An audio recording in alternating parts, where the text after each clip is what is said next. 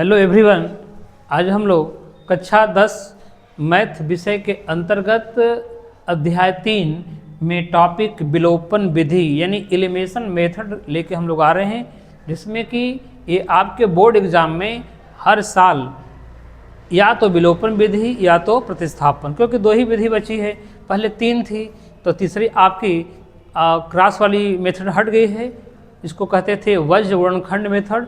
अब हमें पढ़ने को मिलेगा केवल विलोपन और प्रतिस्थापन। तो हम विलोपन में कल प्रश्न संख्या 4 तक हम लोग हल किए थे। आज हम लोग हल करने वाले हैं प्रश्न संख्या आपका 5 नंबर। 5 नंबर के प्रश्न क्या है? x/2 plus 2y/3 equal to -1, और यहाँ पे दिया हुआ है x - y/3 इक्वल टू 3। जैसा कि नाम से ही स्पष्ट है, विलोपन विधि। विलोपन विधि में इन दो चरों में से हमें किसी एक चर को समाप्त करना होगा। एक चर को समाप्त करने के लिए किस पद में मुझे कितने का गुणा करना है, कितना जोड़ना, घटाना, भाग करना है, सारी चीज़ें आपको समझना होगा। तो अब हम ये प्रयास करेंगे कि कौन सा इसमें हम उपाय लगाएं कि इसमें आपका कोई एक चर कट जाए। तो हम दोनों चरों में बात करके समझा दे रहे हैं। पहले यदि यहाँ देखा जाए तो x में /2 है, यहाँ पे क्या है, ये केवल x है। यदि हम इसमें 1/2 का मल्टीप्लाई प्रत्येक पद में करेंगे, जो भी मल्टीप्लाई करेंगे हम प्रत्येक पद में 1/2 से मल्टीप्लाई कर देंगे तो यहाँ भी x/2 हो जाएगा, वहाँ भी x/2 हो जाएगा। तो हमें हल करने में आसानी होगी, x आसानी से माइनस हो जाएगा। यदि हम चाहें कि y को डिलीट करें तो हम देख रहे हैं कि यहाँ पे 2y/3 है, यहाँ केवल y/3 है। यदि हम यहाँ 2 से मल्टीप्लाई करते तो ये सेम हो जाएगा, लेकिन मल्टीप्लाई जब करेंगे हम तो प्रत्येक पद में करेंगे। तो 2 का मल्टीप्लाई करेंगे तो 2x 2y/3 यानी 2 3 जा 6, ये चीज़ हमको निकल के आएगी। तो अब हम लोग उसको आसानी से हल कर लेंगे। यदि हम देखें तो मेरा इक्वेशन, इसको हमने फर्स्ट मान लिया, इसको हमने सेकंड मान लिया। अब क्या बोलेंगे? बोलेंगे समीकरण 1 व 2 से तथा समीकरण 2 में 2 से गुणा करने पर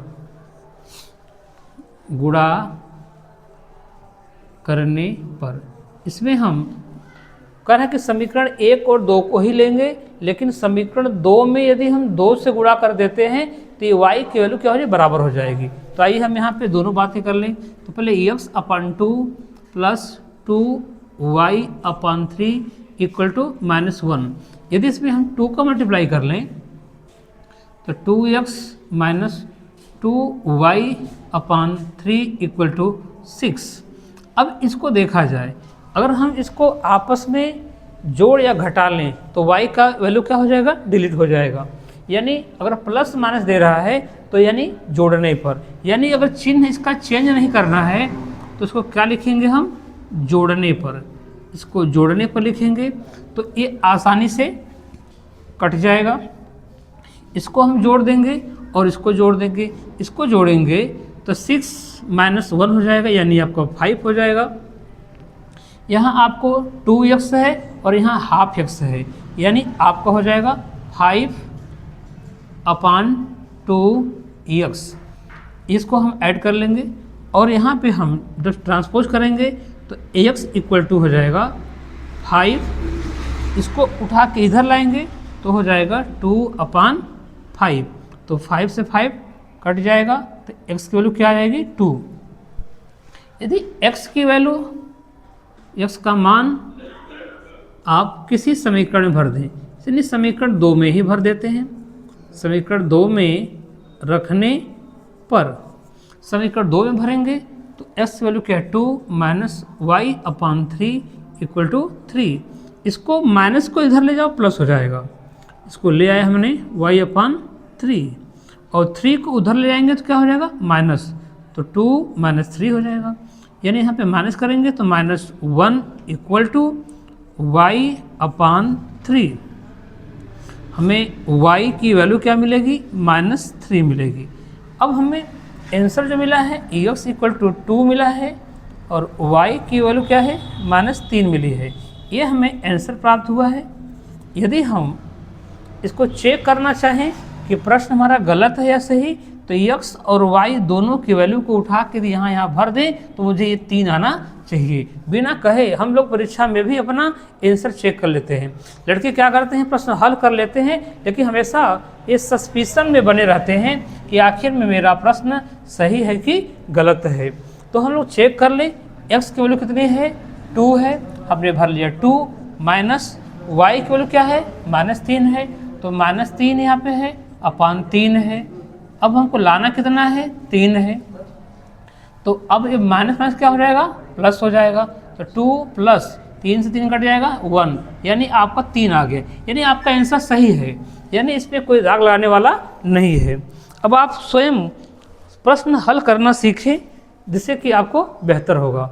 अब हम प्रश्न संख्या नेक्स्ट आपको बताने वाले हैं, जो कि आज भी हम लोग विलोपन विधि को हल कर रहे हैं। एक वीडियो हमने विलोपन विधि का दिया हुआ है, विलोपन विधि का एक वीडियो और ले लीजिए।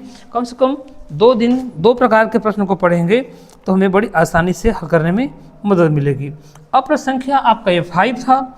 6 में आपके जो प्रश्न हैं थोड़े से विलोप करने वाले प्रश्न हैं। यश का विलोप कर y समीकरण ज्ञात कीजिए। लेकिन मैं आपको विलोपन विधि में कुछ ऐसे प्रश्न बताना चाहता हूं जो कि आपके पेपर में पूछा जाए। कह रहा है कि x plus y equal to यदि 8 है और दूसरा है x minus y plus 2 equal to 0। तो अब हम देखें इन दोनों इक्वेशन में, तो ये चीज़ आपको उसको इधर कर देनी है। तो x minus y equal to -2, ये आपका इक्वेशन कौन सा है, फर्स्ट है, ये इक्वेशन आपका सेकेंड है। अब हम समीकरण 1 व 2 से, तो समीकरण 1 क्या है, x plus y equal to 8, ये क्या है, x minus y equal to -2। अब देख रहे हैं कि बिना चिन्ह बदले यदि कट रहा है तो क्या बोलेंगे, जोड़ने पर। अब ये आपका कट गया तो इसको जोड़ेंगे, 2x इक्वल टू आपका हो जाएगा 6, यानी x इक्वल टू हो जाएगा 6/2 यानी 3। अब x का मान समीकरण किसी में भर लीजिए, समीकरण 1 में रखने पर, समीकरण 1 में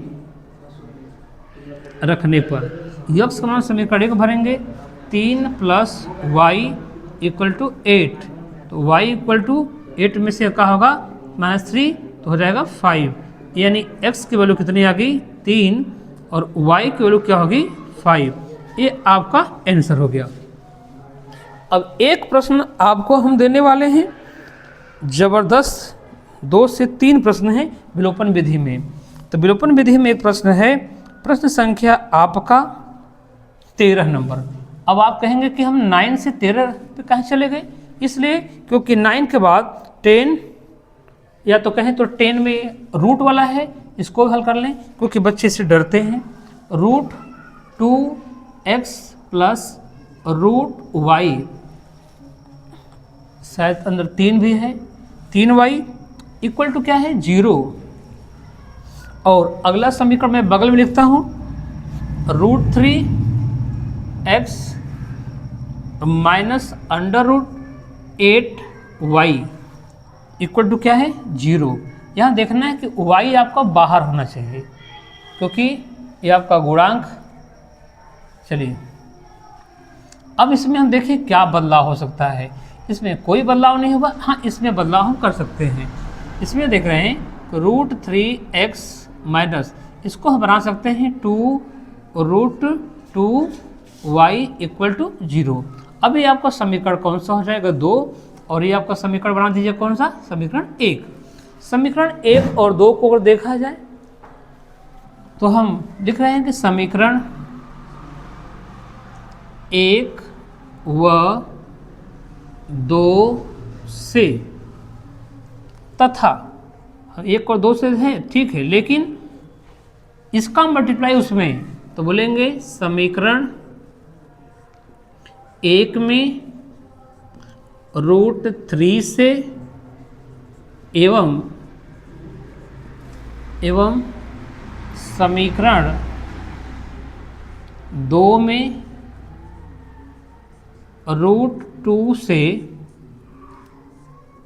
गुणा करने पर,